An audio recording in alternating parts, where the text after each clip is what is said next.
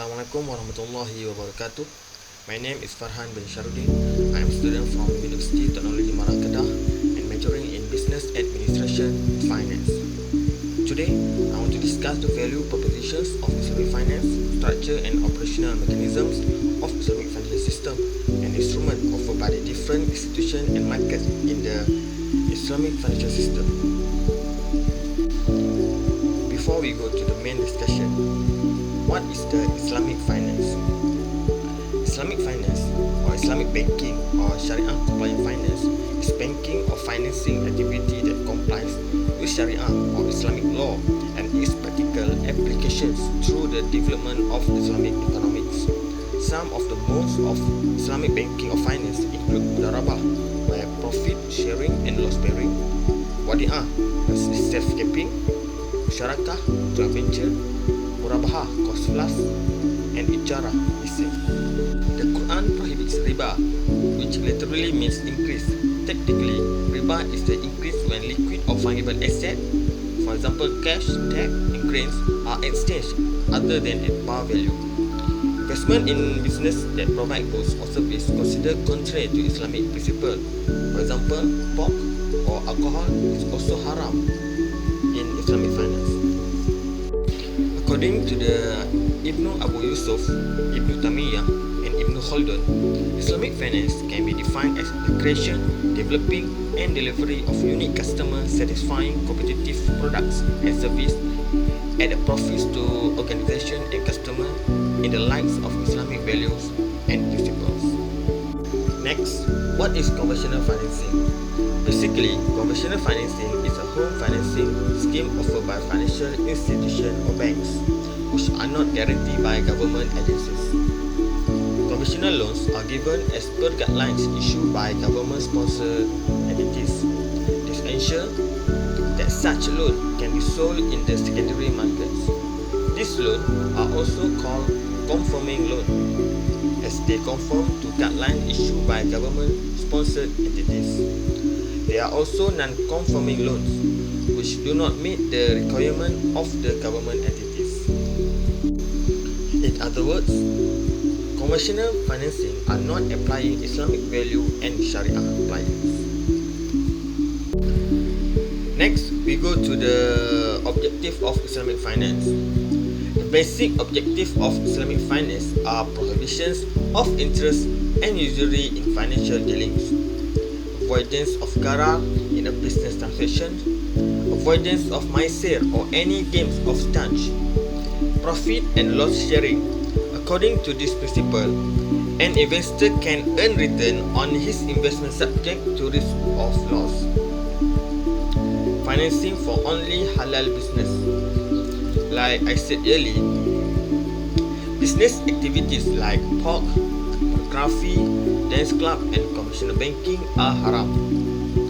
Asset-based financing, such as the sanctity of contracts and preservation of property right. Lastly, to conclude, Islamic financial system ensure justice between savers and investors. Then, what is objective of conventional financing? Basically, conventional financing is attract resource and lend them to gain profit. In other words, we can say profit maximization. So, what's principle and resource for Islamic and conventional financing? For Islamic financing, the principles are based on the principle of Islamic Sharia. And for conventional, the principle is based on fully man-made principle. Next, we move to the structures and operational mechanism. As you can see, in Islamic financing, the first is source of fund. Second, pool of funds, application of funds, Islamic banking contracts, income from activities, distribution of incomes or less expenses. While when you can see in the conventional financing, the first is customer deposits, invest or utilize, interest income, customer lending, and lastly, interbank borrowing. Next, we look to the value proposition between Islamic financing and conventional financing. As you can see, in Islamic financing, further supporting their clients' doorstep in a mutually beneficial way by collaboration financing method. Next, firmly rooted in the Sharia of Maqasid. This entails responsible investment and green business. This covers the new social investment, ethics, stewardship of the environment, consumer security, shareholder and global growth. Next, we look to the conventional financing. The first is the conventional financing is aimed at market-friendly customer service, which aim to draw more customers with the clever goal of optimizing profits. Next, socio-economic participation slowly gaining ground as part of the aftermath of the latest global recession. Next, we look to the benefit of Islamic financing and conventional financing. First is Islamic financing. First, reducing the effect of harmful goods and activities. This means that no gambling, no riba, and upholding the laws of Sharia. Second, justice and fairness. This is mean that based on the concept of profit sharing, the bank and its customers share the risk. For conventional financing, the first benefit is when making a settlement, late payment or default are more straightforward as compared with Islamic finance in the contract. Second, in loan, if a borrower changes the terms of the credits, increase the amount of the facility, the loan agreement will need to be marked up. Then, we look to the instrument offered by Islamic financing and conventional financing. As you can see, in Islamic financing, the instrument offered is musyarakah, murabahah, mudarabah, ijarah, wadi'ah, takaful, suku, bai al-inah, hibah, and ar-rahnu.